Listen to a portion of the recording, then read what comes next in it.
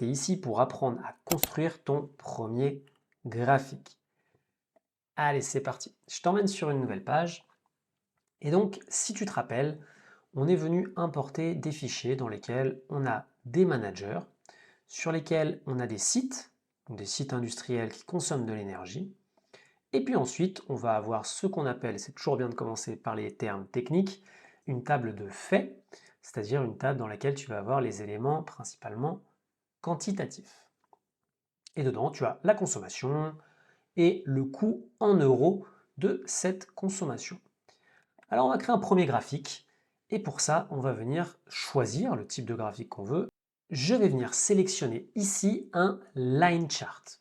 Un line chart, c'est un graphique, c'est une droite pour simplifier.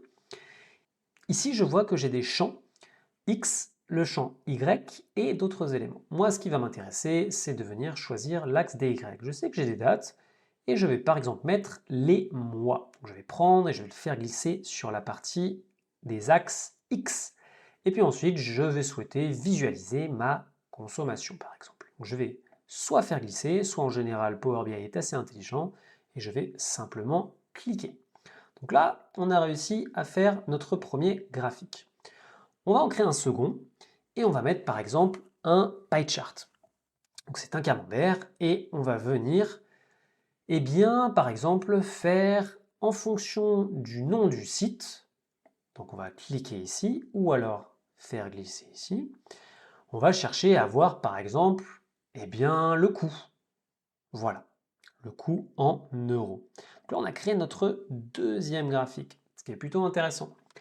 Mais on va aussi pouvoir créer autre chose, par exemple, qui est souvent utilisé sur la partie des KPI, et on commence souvent un rapport par ce type d'élément qui va se trouver en haut du rapport, parce que c'est l'information qui va être un peu première.